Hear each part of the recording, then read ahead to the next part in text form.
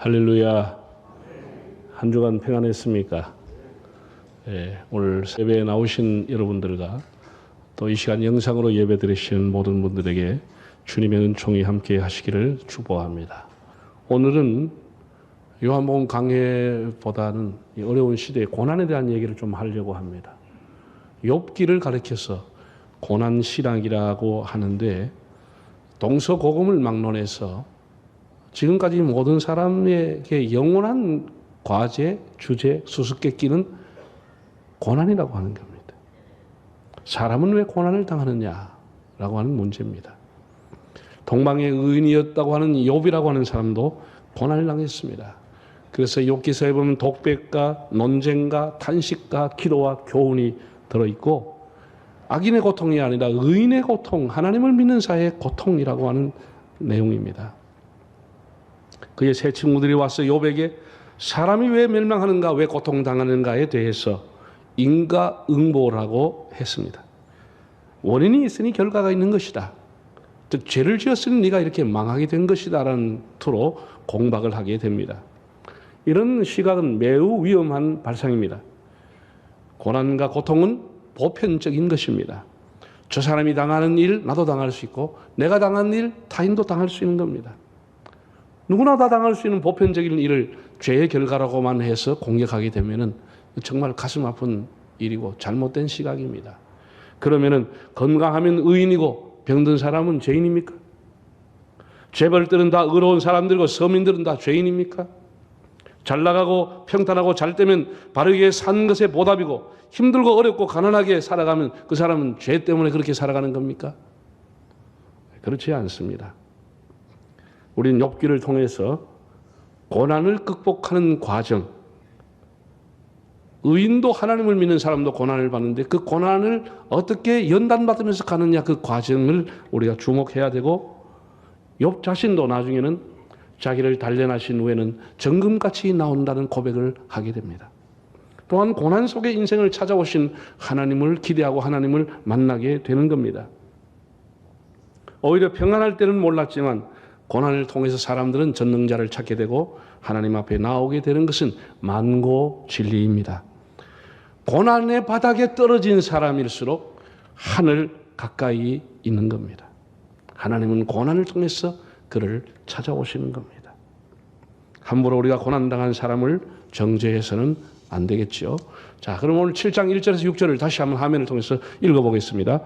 이 땅에 사는 인생에게 힘든 노동이 있지 아니하겠느냐? 그의 날이 품꾼의 날과 같이 아니하겠느냐? 종은 저녁 그늘을 몹시 바라고 품꾼은 그의 삭슬 기다리나니 이와 같이 내가 여러 달째 고통을 받으니 고달픈 밤이 내게 작정되었구나. 내가 누울 때면 말하기를 언제나 일어날까? 언제나 밤이 갈까 하며 새벽까지 이리 뒤척 저리 뒤척 하는구나. 내 살에는 구더기와 흙덩이가 의복처럼 입혀졌고 내 피부는 굳어졌다가 터지는구나. 나의 날은 배틀의 복보다 빠르니 희망이 없이 보내는구나.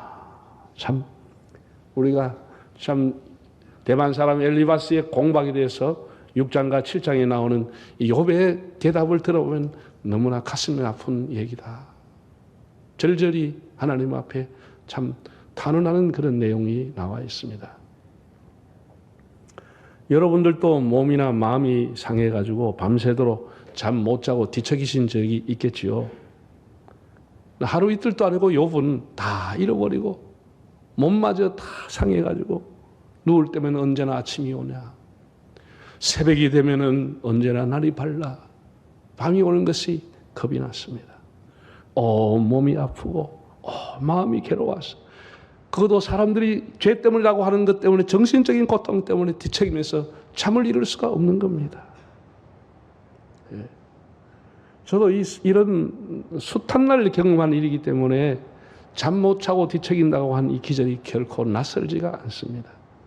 저도 한 관절염으로 4, 5년을 아파서 거의 매일 저녁 잠을 못 잤습니다. 돌아누도 아프고 바로 누도 아프고 엎드려도 아프고 쪼그려도 아프고 앉아있어도 아프고 온 관절이 손마디가 그냥 통통 부어가지고 건드리면 터질처럼 아픈데 여기서 열이 펄펄 나지요. 온몸에 그냥 수지침 40개, 50개를 맞고도 얼음 찔찔하고도 열이 내려가지 않죠. 온몸은 땀이 적죠. 그런 고통의 밤을 지나면서 하나님 앞에 탄식과 기도를 드리게 되고 욥의 이 기도가 절절히 내 마음에 한 절 한 절이 와 닿게 되는 겁니다. 1절에 이 땅에 사는 인생에 힘든 노동이 있지 않겠느냐. 이 구역 개역 성경을 보면 전쟁이 있지 않겠느냐. 이거는 힘든 노동이 있지 않겠느냐. 이렇게 번역을 했습니다. 전쟁을 원하는 사람은 없지요. 여러분, 인류가 짓는 가장 큰 죄와 가장 큰 고통은 전쟁이라고 하는 겁니다.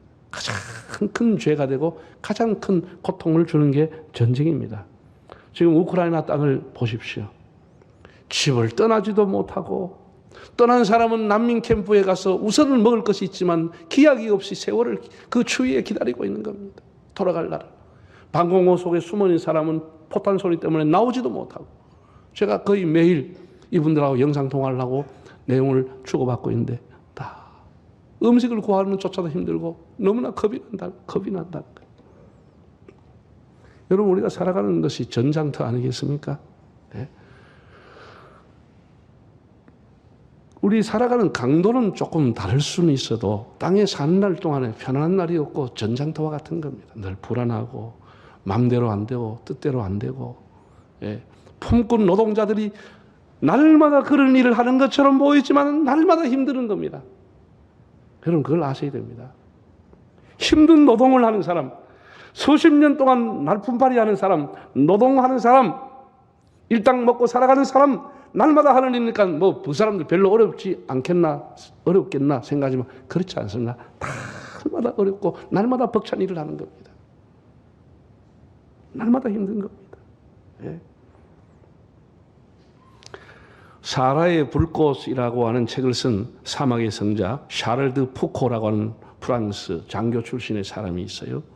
이분이 하나님을 만난 이후에 사막에 들어가서 기도하면서 여생을 보내게 되는데 이 푸코라고 하는 사람에게 사람이 가서 질문을 했다는 거예요. 당신에게 제일 어려운 일이 뭡니까? 사막에서 수십 년을 살아가는 사람이 제일 어려운 일이 뭐라고 생각하세요? 평생을 기도하고 살아가는 이 푸코에게 질문했는데 이 사람의 답변이 이렇게 답을 했습니다. 내가 날마다 하나님 앞에 믿음을 지키고 살아가는 것이 가장 어려운 일이다. 이렇게 얘기했다는 거예요. 여러분, 우리가 믿노라 하지만은 가장 어려운 게 뭐냐? 날마다 믿음을 지키고 살아가는 이게 가장 어려운 거예요. 이게 가장 어려운 겁니다. 가장 쉬울 것 같으세요? 가장 어렵습니다. 여러분, 피아니스트 우리 기억하는 사람들 마찬가지. 피아니스트에게 한번 물어보세요. 세계적인 피아니스트에게 어려운 게 뭐냐 물으면 운동하는 게 어렵고 피아노는 쉽습니다. 그렇게 말할 줄 아세요? 가장 어려운 게 피아노라고 얘기합니다. 30년, 50년 어릴 때부터 쳐도 피아노 끝이 안 나는 거예요. 피아노가 가장 어렵다고 얘기합니다. 세계적인 축구 선수 손에다가 공기처럼 가지고 공을 가지고 노는 사람도 가장 어려운 게 뭐가 있어요? 축구가 가장 어려운 거예요. 여러분, 제가 설교만 45년 이상을 했어요. 목사에게 제일 어려운 게 뭐예요? 설교하는 이 시간이 제일 어렵습니다. 가장 어려울 거예요. 다른 건 좀 해볼 만한데 사람들 다 막 뚜벅이 쳐다보죠. 이게 30분 여기 선다는 게 엄청난 압박으로 일주일 내내도 압박을 받고 어려운 거예요.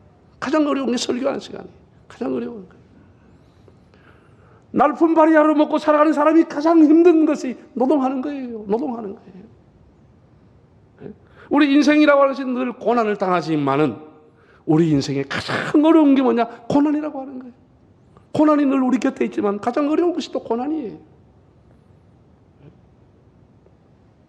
익숙할 것 같아요? 가장 힘든 겁니다. 고통스러운 겁니다. 참 인생이란 그래서 이것이다 정의할 수가 없어요. 고난이라고 하는 게 왔다가도 갔다가 아랫목이 움묵됐다가 움묵이 아랫목됐다가 예측이 불가하고 굴곡이 심하고 낮과 밤이 교차하고 평안과 고통이 뒤섞이고 기쁨과 슬픔이 번갈아 오니 사람이 이렇게 늘 긴장 속에 괴로움 속에 번민 속에 살아가는 겁니다. 밤을 뒤척이며 잠을 뒤척이며 살아가는 게 우리 인생이라고 하는 겁니다. 예. 여기 비유를 욥이 이렇게 씁니다. 품꾼은 그나마 삭슬 받지만은, 그 힘든 노동을 하는 품꾼은 삭슬 받지만 종은 삭시 없고 그늘만이 그의 안식이 된다라고 표현했습니다. 참 적절한 표현이라고 봅니다. 여러분, 품꾼과 종은 차원이 다르죠. 품꾼은 일하는 만큼 삭이 돌아갑니다. 땀 흘려 노력한 만큼 대가가 주어지는 것이 품꾼입니다. 그러나 종이라고 하는 것은 종일 일했다고 대가가 돌아가는 게 아니고 어두워지면 잠깐 쉬는 것밖에 없습니다.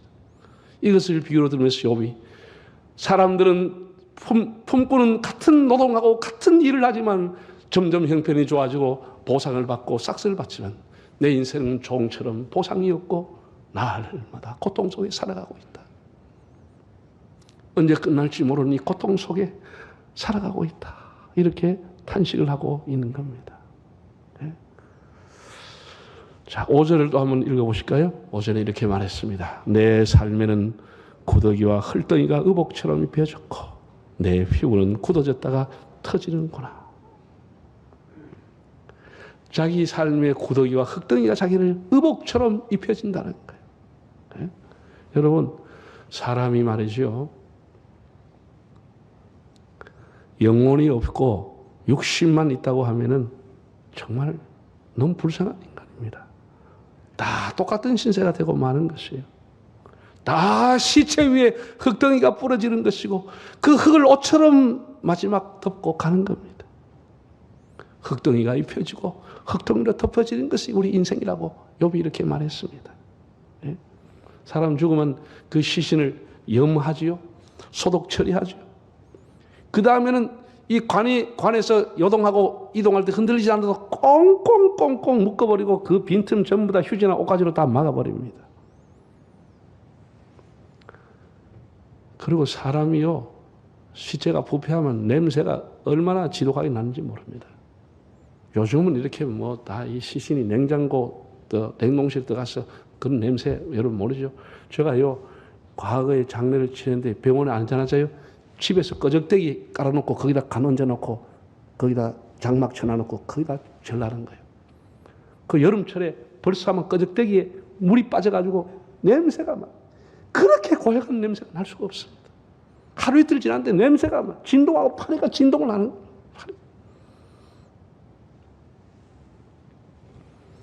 사람이 살아있을 때는 도도하고 얼굴도 매만지고 허세도 부리고 대단한 것처럼 보이지만 사람이 목숨이 끊어지는 순간 온몸에서 물기가 빠지면서 썩은 냄새가 부패가 하기 시작하고 결국은 흙기로 덜펴지는 것이 인생이다. 구더기가 찾아오고 흙이 찾아온다는 것. 피부는 굳어졌다가 터지는구나. 여러분, 이 소문옥에 가시가 들어오면 이게 처음에는 탱탱 굳어 탱탱 부었다가 곧 터질 것 같아. 그리고 한순간에 푹 골문 게 터지면서 푹 꺼져버려요. 사람이 탱탱 부었다가 시체가 되면 한순간에 푹 축구공 바람 빠지듯이 푹 꺼져버리는 거죠. 푹 꺼져버리는 거죠. 그래 물이 쫙 나와버려요. 이게 우리의 육신의 모습인 겁니다. 우리가 예수님이 없으면, 천국 없으면, 아버지의 품이 없으면 허무한 인생, 흙으로 덮여지는 인생으로 끝나는 겁니다. 자, 6절을 또 한번 볼까요? 이렇게 말했습니다. 나의 날은 배틀의 복보다 빠르니 희망이 없이 보내는구나. 자기 인생의 배틀의 복보다 더 빠르다는 거예요. 요즘 이제 여러분 잘 이 기제를 이해 못 하시겠지만 저는 어릴 때 시골에서 이렇게 배 짜는 걸 봤거든요. 우리 어머니는 시집 올 때 삼배를 짜가 와서 제가 여름에 입는 옷도 엄마가 시집 올 때 가온 거 아직까지 입고 있어요. 우리 지역에는 안동 삼배랑이 유명해가지고 지금도 짜고 있어요. 그 배틀을 보면은 참 이게 요만한 북이 왔다 갔다 합니다. 요 탁 치면 요 와서 코를 딱 먹어 똑같다. 그래가지고 착착착착 여기 한 필이 만들어지는 거. 밤새도록 짭니다. 밤새도록 짜. 제가요 전에 있던 교회 양말하고 그 장갑 만드는 가내수공고 하는 집사님이 있었어요. 그 10만 원 가면요. 기계 한 30대, 한 50대 갖다 놔놓고 하는데, 장갑 만드는데 소리가 시끄럽습니다. 착착착착착 소리가 지금은 그때는 배터리만 지금 직접 기계잖아. 여기 와서 딱 정확한 간격으로 딱 일정한 시간으로 왔다 하면서 착착착착착착 한다 보면 재밌어요. 보면 재밌는데 얼마 안 돼가지고 한 2, 3분 가면 툭 하고 장갑 하나 툭 떨어져. 처음에는 형태만 있다가 착착착착착 네 번 하면 장갑 하나 툭툭 이래가 밑에 바구니에 담기는 거예요. 여러분 우리 인생이라는 게 이런 거예요. 한 100번 왔다가 툭 떨어지는 사람도 있어. 100년 사면 한 10번 왔다 갔다 툭 떨어지고 흙덩이가 덮여지고 가는 거예요. 이게 우리 인생이라는 거예요. 욥이 이렇게 말하는 거예요. 배틀에 있는 북보다 더 빨리 지나는 것이 우리 인생이라는 거예요. 여러분 이제 몇 번 남았습니까? 서너 번 착착하면 간다니까.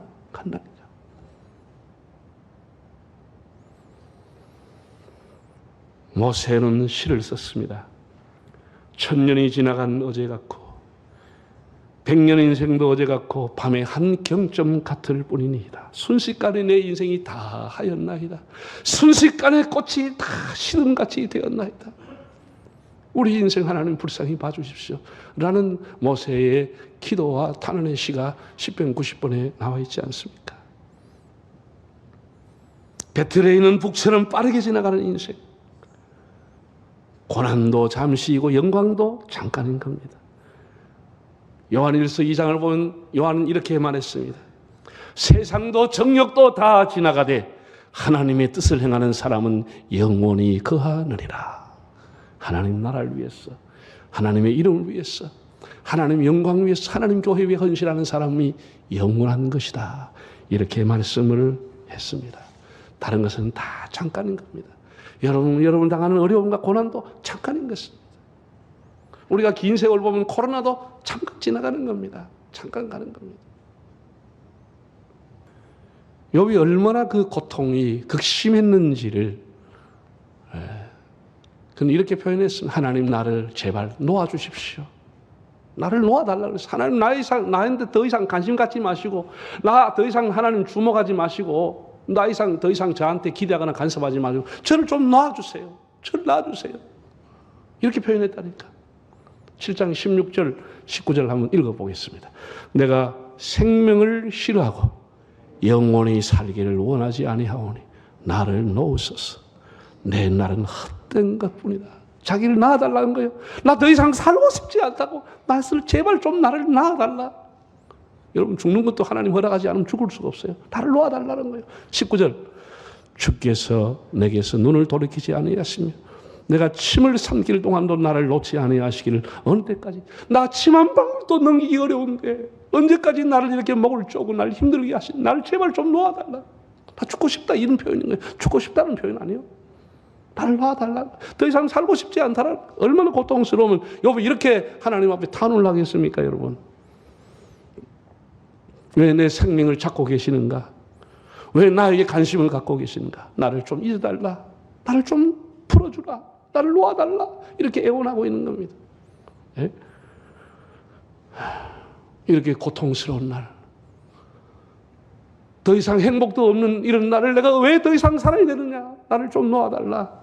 너무나 가슴 아픈 기절이 아닙니까? 여러분이 이런 단어를 해보신지 모르겠습니다. 사람이 많이 아프게 되면은 고통스러운 이런 기도가 저절로 나온 겁니다. 하나님 나 좀 데려가 주세요. 차라리.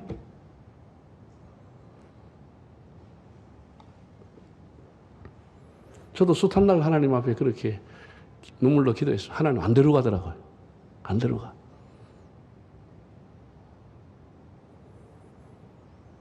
여러분 잘 들으세요. 사람은 묘하게 극단에 이르면 정반대의 말을 하는 심리가 있는 겁니다. 살고 싶은데도 뭐라고 말하죠? 입으로서는 죽어버리면 좋겠다. 그 말은 살고 싶다는 뜻입니다. 살고 싶다는 뜻이에요. 다 나가요. 나 혼자 있고 싶어요. 다 나가. 그게 다 나가라는 말이 아니고 옆에 같이 있어라 그 말입니다. 다 나가면 안 되는 거예요. 나 거기 안 갈 거야. 안 가려고 안 가는 겁니까? 나 가고 싶다. 그 말을 그렇게 말로 그렇게 하는 거예요. 말로 그렇게 하는 거예요. 하나님 나를 제발 놓아주세요. 그 말의 뜻이 뭐겠어요? 하나님은 아시죠. 그 마음을 아니까. 하나님 나와 함께 해주십시오. 그 말과 똑같은 것이. 하나님 내 이렇게 고통스러운데 하나님 나를 만져주시고 나를 낫게 해주시고 나에게 새로운 날을 주십시오. 이런 기도가 그 안에 들어있는 거예요.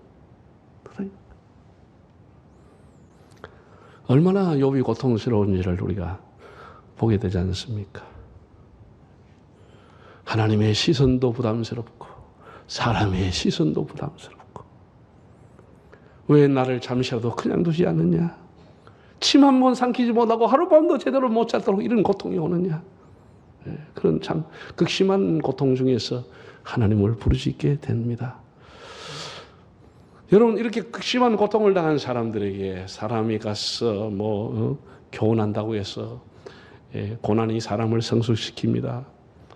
고난이 인생을 연단시키는 겁니다. 고집남냅니다. 고난 뒤에 영광이 옵니다. 그거 다 쓸데없는 소리입니다. 그 사람 귀에 안 들어옵니다.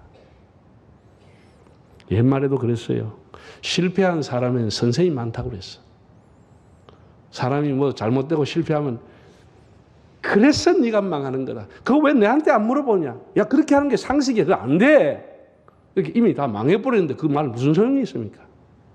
이런 쓸데없는 겉면, 쓸데없는 개통철학을 가지고 그 사람을 겉면할 때 그 사람 속이 더 확 불이 붙어버린 거예요. 욥이 더 화가 나버리는 거예요. 욥이 더 화가 난 거예요. 응? 안 그래도 고통의 처처먼 중에 있는데 그 사람들은 자기들이 겉면해 준다고 하는 겉면이 오히려 그 사람 가슴에 더 불을 붙여버린 것이죠. 더 화나게 하는 거예요.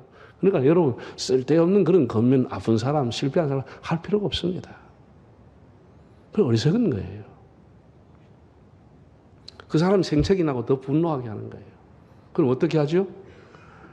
공감한다고 하는 것. 요즘 말로 같이 눈물 흘리며 손을 잡고 같이 아파하는 것. 그것이 그에게 필요한 것이지 그에게 권고가 충고가 필요한 게 아니에요. 이런 걸 우리가 알아야 되는 겁니다. 네? 여러분 성경에 보세요. 예수님께서 38년 된 병자를 만났습니다. 태어나면서도 눈이 안 보이는 시각장애자를 만났습니다. 나한 자 문둥병자를 만났습니다. 얼마나 고통스럽게 인생을 살았습니까? 그 사람한테 야 네가 왜 문둥병 걸렸는지 아냐? 야 네가 왜 38년 동안에 그 거적대에 끌어안고 앉아있냐? 이 원인은 뭐야? 이렇게 예수는 한 번도 그런 원인을 물어본 적이 없어요. 네가 나을 줄로 믿느냐? 아주 간결하게 질문을 던졌습니다. 네가 나를 믿느냐? 너의 믿음대로 되라. 예수님은 언제나 그 원인을 분석하고 따지지 않고 예수님을 바라보도록 하고 하나님의 은혜로 그를 치유해 주신 것을 보게 되는 겁니다. 우리가 할 수 있는 것은 고난당한 자와 함께하는 마음이 중요한 것이고 그를 위해 함께 눈물 흘리며 기도하는 것이 중요한 것입니다. 우리가 우크라이나 산불난 사람 위해 뭘 할 수 있겠습니까?